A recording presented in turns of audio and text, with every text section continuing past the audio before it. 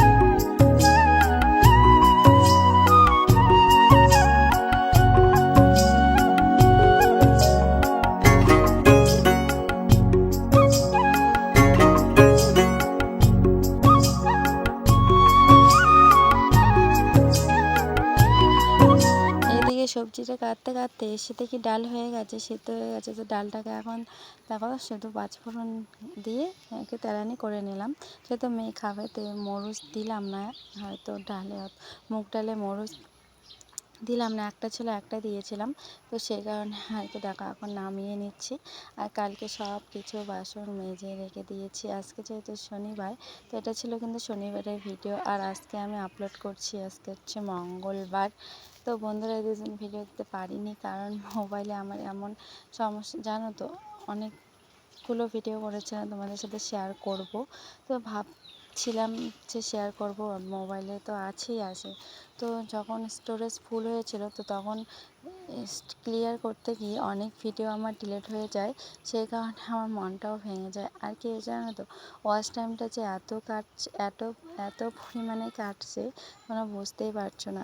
এই আমি কয়েকদিন আগেই দেখেছিলাম 1500 ওয়াচ টাইম, কিন্তু যে পরশুদিন আমি দেখেছিলাম শুধু 1000 ওয়াচ টাইম আছে।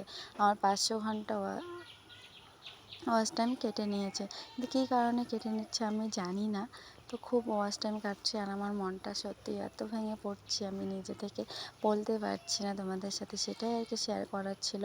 তো আজকে থেকে আজকে দেখলাম না হাল ছাড়লে হবে না, সেই কারণে আমি আবার ভিডিও দিতে তোমাদের সাথে বসে পড়লাম। তো এত ওয়াচ টাইম কাটছে, তোমরা বলো তো বন্ধু, তোমাদের কি এইভাবে কাটছিল না আমার কোনো সমস্যা আছে? আমি কিচ্ছু বুঝতে পারছি না আমার ওয়াচ টাইম কাটার কারণ কি, কেন এত ওয়াচ টাইম কাটছে। তো তোমাদের ভালোবাসা ও আশীর্বাদে সব কিছুই হবে। তো এদিকে রান্না বান্না করে এদিকে চলে আসলাম আমি পুজো দিতে। আর এখন শুধু বাইরে পুজো দেবো, বাইরে দেবো, আর একটু পরে বাড়িতে যাব। আর ভাবছিলাম আজকে তো শনিবার, আগে বাড়ির ঠাকুরটাকে দিয়ে দেবো, তারপর আর কি বাড়ির ঠাকুরগুলোকে দিয়ে দেবো পুজো। তো এদিকে দেখো ধূপ আর কি সব কিছুই লাগিয়ে নিলাম। এখন ফুল, লাল ফুল নাকি দেওয়া যায় না, তো আমার গাছে অনেকগুলো ফুটেছে, ভাবলাম দিয়ে দিই, কেন নষ্ট হবে, সেই কারণে দিয়ে দিই। নষ্ট না, আর কি বাড়িতে আর কি দেওয়া যায়, তো ভাবলাম দিয়ে দিই, তাহলে ভালো লাগবে দেখতে। তো সেই কারণে দিয়ে দিলাম। আর দেখো ভালো করে সাজিয়ে দিচ্ছি। তো প্রণাম করে নেব, এখন যাব ঘরে আর কি বাড়িতে পুজো দিতে।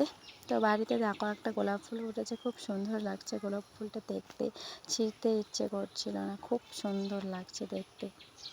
যাই হোক, এখন একে একে করে পুজো দিয়ে নেব। আর আজকে আমি কোনো প্রসাদ দিলাম না, যেহেতু দেরি হয়ে গেছে, ভাবছিলাম আজকে ফুল জলে দিয়ে নেই, পরে আর কি সোমবারে আর কি, শনিবার তো আজকে, সোমবারের দিন কি ছেলের বার্থডে হবে, তো সেটা তোমাদের সাথে শেয়ার করব। খুব আগ্রহে বসে আছি। তো দেখো এখন আমি এক এক করে পুজো দিয়ে নেব।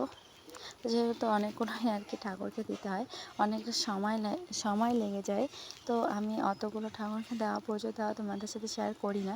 শুধু গণাগত 2-3টে আর কি শেয়ার করি, আর অতগুলো ঠাকুর দেওয়া তোমাদের সাথে শেয়ার করি না, কারণ তাড়াতাড়ি করে দিয়ে দিই, তো সেই কারণে। তো এদিকে পুজো দিয়ে ভাত খেয়ে চলে আসলাম আমি আর কি ঘরে।